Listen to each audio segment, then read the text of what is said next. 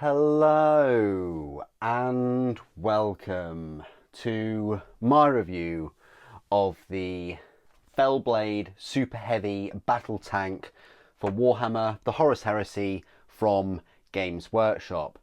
Now I'll have to say straight away that this is not the new plastic Fellblade, this is the resin Fellblade. I did do a review of this tank 9 years ago, can you believe it? And back then it cost me £175. I'm not sure how much the new plastic one will be, but it will be around the price of the current Fellblade, which is currently 115. Probably going to be 120, may even be £125, but we'll see. One thing that's different compared to this resin and plastic Fellblade is that the new Fellblade, you're getting the quad las cannons, the laser destroyers, and the new Gravis heavy bolter batteries. You're also getting two front hull mounted weapons in the form of the twin heavy bolters and the twin heavy flamers. With this resin and plastic kit, you only got the heavy bolters, and then you'll get the classic now Space Marine vehicle upgrade sprue. I think it's going to be the same one that's in all of the Space Marine vehicles. I highly doubt they've created a brand new one, but we'll find out. So already it's going to be a massive upgrade compared to this set. It's going to be cheaper, it's going to be, I'd say, easier to build, but it will take you a lot longer to put together, and there'll be hundreds and hundreds of parts, I can imagine. I just thought I'd do a re-review of the Fellblade, mainly because the plastic version is coming out in 2 weeks, and I will be picking it up, so you will see it on the channel on its release day. And I wanted to give you a look at mainly comparing the sizes, really, and to give you first impressions of the rules as well. So we're going to go straight in there with the sizes. It's a big tank, you know, it's a super heavy tank. It's pretty heavy. The plastic one, you know, won't be nearly as heavy as this.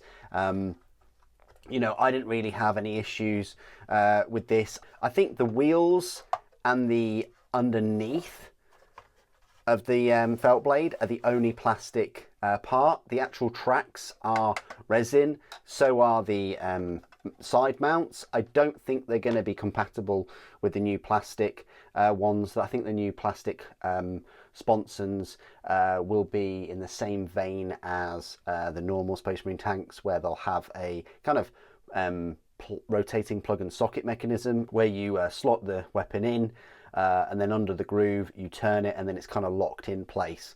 Again, they probably will move left and right. I doubt they'll have a full 180 degree movement. I much prefer the Demolisher cannon in the new upcoming one. It's got like a square housing, and the you know, hull mounted weapons are more prominent. There's just more detail on the new one. I also very much like the new laser destroyer sponsons and the Gravis heavy bolters. I think they're an improvement too. Yeah, overall I really like the look of the new plastic one, but the new plastic one is going to be exactly the same size as this. You're going to get all those extra vehicle accessories and things like that. But you know, for many years, I'd say about 15 years or so, we've had this Fellblade tried and tested. I will be building the glaive and falchion. They are going to be a priority of this channel, so I can give you comparisons with the new plastic Fellblade with this older resin Fellblade and those two. So stay tuned for live streams and all kinds of stuff happening with those. So, size comparisons, I'll give you a comparison with some tanks first of all, to give you an idea of what to look out for. There may be many of you with an Imperial Guard army or a Solar Auxilia army, and you may be familiar with a Baneblade. The Fellblade is similar sized to the Baneblade. There's just a lot less going on. Like, it doesn't have these top mounts, but it has way better, you know, sponson mounts. It doesn't have a separate kind of turret for the heavy bolters. It's all kind of enclosed and better armored maybe. The Demolisher cannon is very similar. and also it doesn't have as many rivets everywhere. You know, this Baneblade has so many rivets everywhere. The main cannon is different, the height as well. I think the Baneblade is a little bit higher, but the turret, it has this extra kind of cupola or viewing platform, I guess, whereas the Fellblade doesn't. It's all internal. The Baneblade has these ladders that go up either side, whereas the Fellblade has them kind of, you know, sculpted into the armor. I'm not sure which I prefer, really. This has got these big smoke launchers, and it's got this smoke, and it's got these searchlights. I guess there's a searchlight at the top there for the Fellblade. The tracks are different. These have got like the kind of eagle type stamps. These are just plain tracks. I just wanted to show you the size comparisons between them both. So if you've got a Baneblade, your Baneblade is still going to be a bit taller, and I don't know if it's chunkier. I would say it's difficult to say. They're both pretty chunky. I would say this is more boxy though. This is more streamlined, more smooth. That's the sizes with both of those. Very similar. I would say that the Fellblade is just a bit bigger, like it's a bit longer, but not quite as tall, but there's just more width to it on the top. And I think the sides of the Baneblade, like these extra pieces here, are thicker. Certainly looks a bit bigger. Certainly looks bigger, but the length is a bit longer with the Fellblade. Another vehicle that you might be familiar with will be the Kratos heavy tank. Now, you know, when the Kratos came out, I think many people, including myself, kind of thought it was a mini Fellblade, and in a way it sort of is. It's a little bit like a Sakaran with these tracks and these armor plates that are covering some of the tracks, and you know, the shape of the turret as well, and kind of the weaponry in a way. You've got this odd cupola here, and then you've got two right here as well. Odd place to put them, but and then you've got these smaller weapons, and then these sort of Predator sponsor weapons. But the main part of this tank was this main gun and its armor, but very sleek profile. Yeah, it's kind of a Fellblade, but not a Fellblade. You know, it puts all of its focus points, I guess, on the main gun. But you know, the main gun on the Fellblade is just way better, and the sponsons are just so much better, rather than just the Predator sponsons. A couple more size comparisons for you then. We have a Land Raider Spartan. So if you have the Age of Darkness box set, or if you have picked up a Spartan separately, this is where your new Fellblade is gonna be. It's gonna be a little bit lower in terms of like chassis height, but you know, the turret is going to make it taller. It's going to be a fair bit longer as well, if you can see that. It's going to be like an extra bit. And you know, the Spartan is not a small tank by any means. It's quite a large transport. You know, it's still got better armor in terms of 14 all round, whereas the Fellblade, I think, has got 14, 13, 12. You know, Fellblades do have 18 hull points, and Mastodons have 20. So it's crazy that Mastodons only have 2 extra hull points than these Fellblades. And that's an interesting point to make, that the Glaive, the Fellblade and the Falchion are all the same points cost. They have the same armor, same hull points as each other. The only difference really is those main weapons. They've even got the same sponsor weapons and things. So there's not much to set them apart. And of course, the Land Raider Spartan has the 10 hull points, whereas this Fellblade, or your Fellblade, will have 18, so 8 more hull points. Compared to a Rhino then, right here, just gives you an idea of just how small a Rhino is compared to the Fellblade. It's going to be absolutely tiny. Remember, we can fit 10 Space Marines here. How many Space Marines can you fit in there if they were all to be squeezed in? I'm not quite sure. but there is a hatch there and a hatch on the other side, so I guess Space Marines could walk in. Most likely, most of that space is used up with ammunition for the main gun and the demolish cannon. Those shells must be pretty big, as well as all the targeting computers and the fuel, quite possibly, and the engine must be huge to drive something this massive and super heavy. So that's all the size comparisons next to some vehicles, popular vehicles that you've come across, I guess. It wouldn't be much of a review if I didn't give you some size comparisons with some dreadnoughts. So there's a Doredio, there's a Leviathan, and yeah, it makes the Leviathan look, say, quite small in a way. But the one thing that it doesn't really make small is the new, and again, this wouldn't have been a review if I didn't cover some Saturnine minis, the Saturnine Dreadnought. I think the Saturnine Dreadnought looks pretty big still, next to a super heavy tank, one of the biggest Space Marine tanks out there. So yeah, if you're after a Fellblade to go with your new Saturnine minis, this is where it's going to be. If you pick one of these up, it's going to be centerpiece of your army. I have no doubt that Games Workshop will cash in on this Fellblade plastic chassis and the brand new weapon sponsons and bring out the falchion and the glaive. I really do think they will. So a little bit of a lower viewpoint there to give you a different look at how the Saturnine Terminators would be next to it. And then of course we have the brand new Mark II Space Marines, and yes, you can kind of think that these Space Marines would still fit in this Fellblade. Pretty sure they'll fit in the new one as well. Definitely their width would, one at a time, but again, I don't know how much room there would be for any armoured Space Marines in there. Compared to some other marks of Space Marine, so I do have the Mark 6. So I do have the Mark 6 and the Mark 3s right there. Again, gives you an idea of how big the Fellblade is going to be next to these. And then we have the old Mark 3 and the old Mark 4.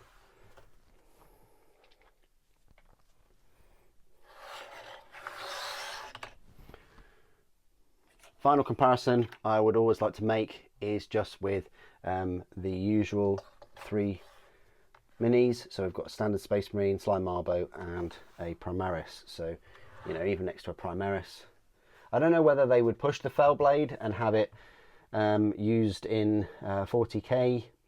You used to be able to use Fellblade. You used to be able to use Baneblade in Space Marine Horus Heresy armies, but I don't think you can anymore. Bit of a shame. Maybe they'll bring that back. I guess it depends on sales of the Fellblade, doesn't it? If it doesn't sell that many, they probably will shoehorn some, legacy 40k rules that you can use it in those games. But they seem to be very much focused on Primaris and all their gravitic vehicles. Okay, so this is my part of the review where I will go through all of the rules for the Fellblade. Don't worry, I've not forgotten the Mastodon in all this, or the Cerberus and the Typhon. I will be giving you size comparisons of those vehicles with the new plastic Fellblade. There'll be a bigger size comparison part of the video, but I just thought I'd give you some comparisons with some of the newer models from the Saturnine set and some dreadnoughts and things. So this Fellblade now, I say benefits, maybe not, from the new 3rd edition Horus Heresy rules. And it is found in, like it always has been, the Lords of War section. It's a kind of hotly contested section. The Cerberus heavy tank destroyers in there, so is the Typhon. You've got the Glaive, which is a bit more specialist, and you've got the Falchion, which again is a bit more specialist. You've also got the Thunderhawk gunship, the Sokar Stormbird, and the Mastodon super heavy assault transport, again, which is, Thunderhawk, Sokar, and Mastodon, again a bit specialist, depending on the mission.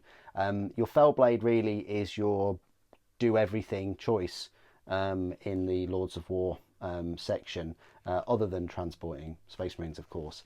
I think the Cerberus and the Typhon are going to be less picked now, because in 2nd edition you could have a unit of them, so you could have 2 and only use 1 Lord of War choice. I think that's a mistake to have them as 1 choice each, considering that they both are underpowered as well compared to 2nd edition.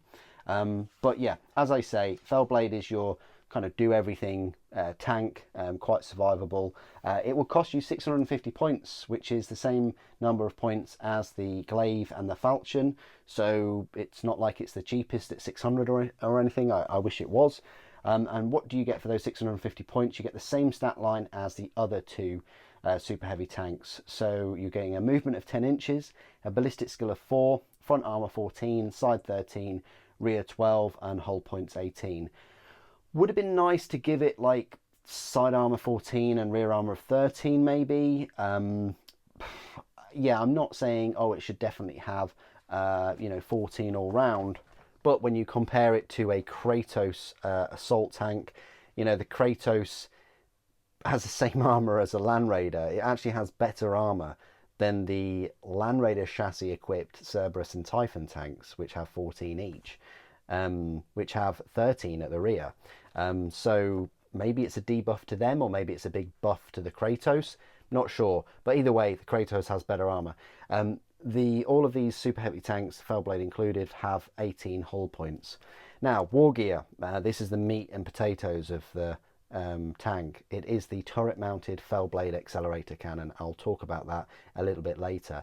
The Falchion has had a change. It used to have a twin volcano cannon. It now has something called a centerline mounted neutron wave cannon, whereas the Glaive has the vulcanite carronade. They work differently than they did before in 2nd edition.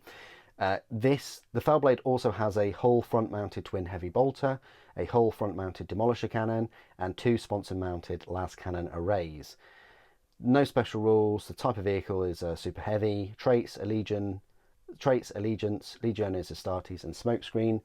The model may have its hull mounted twin heavy bolter exchange for 1 hull mounted twin heavy flamer for free, and the model may have both sponsor mounted las cannon arrays exchanged for one of the following: 2 sponsor mounted laser destroyers for free, or 2 sponsor mounted Gravis heavy bolter batteries for free. That's really good and quite simple to keep them at free, rather than you having to add any extra points to this 650. The model may have 1 item from the Legion pintle mounted weapons list selected for it, and that includes like a multi-melter, which is pretty good. The model may have 1 of each of the following selected for it: 1 hull mounted hunter killer missile for 5 points, and searchlights for 5 points. Weapons wise then, the twin heavy bolter works as normal. It's a range of 36 inches, 6 shots, strength of 5, AP 4, damage 1. The twin heavy flamer is a template weapon.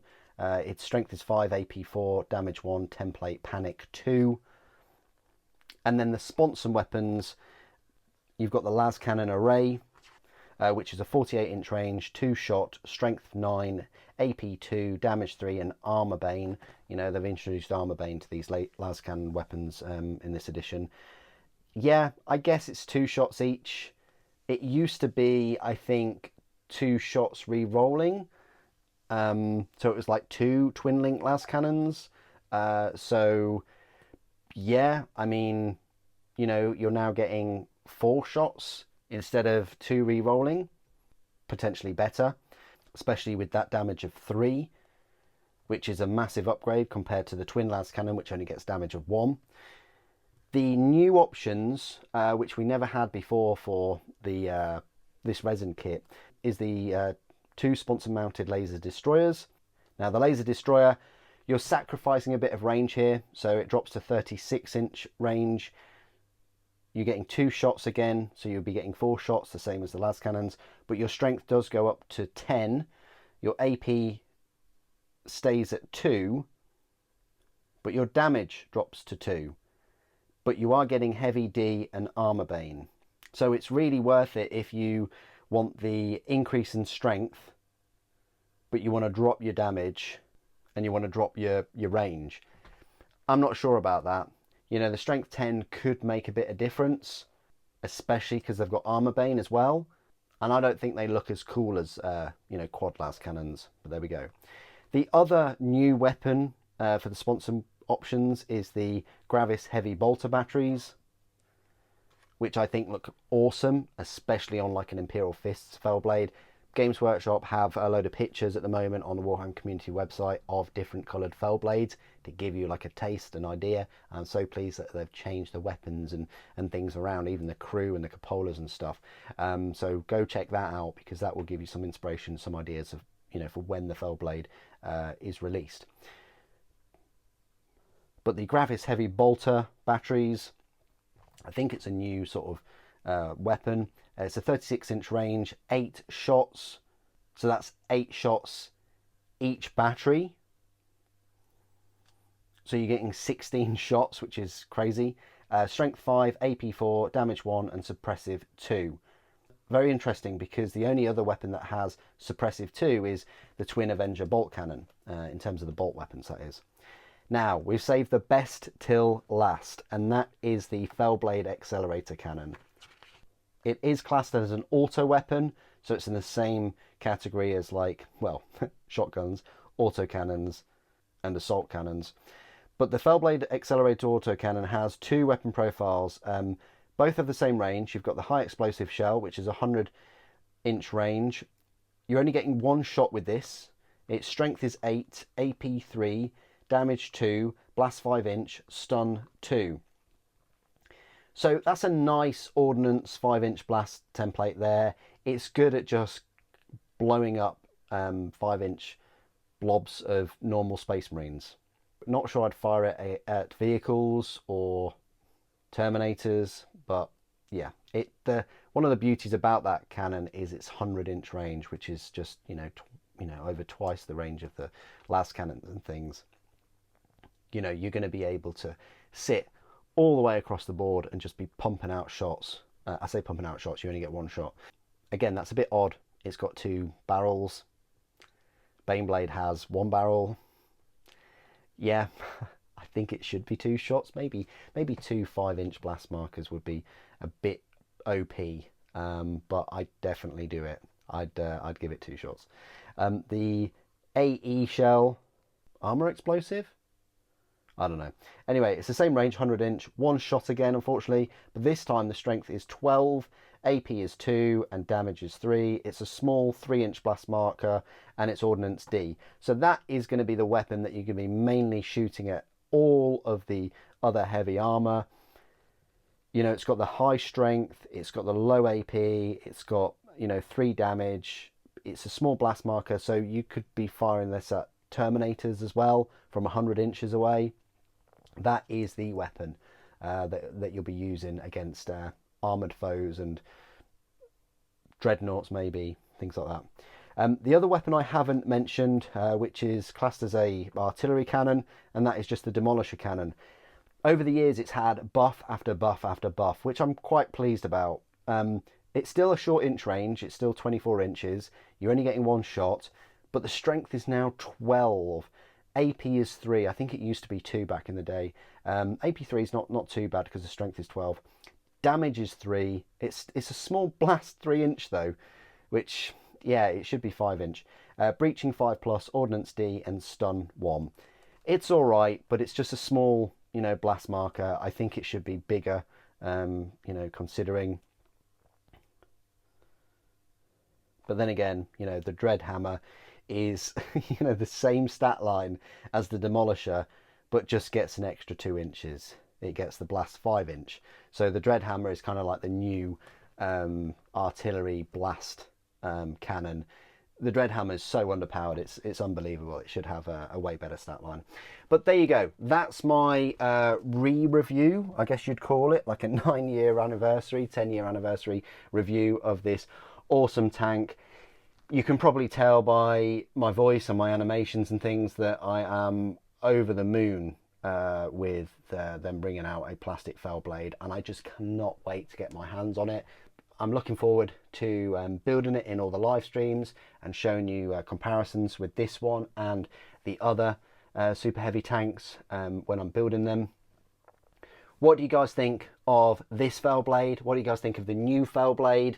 I hope those size comparisons at the start of the video have been super useful to you if you were thinking about picking this Fellblade up. I thought I'd make this video before that's released, kind of to help you understand like the size of it, and you know whether you can fit this in your army over the other two super heavies, which again, no doubt Games Workshop have in the pipeline.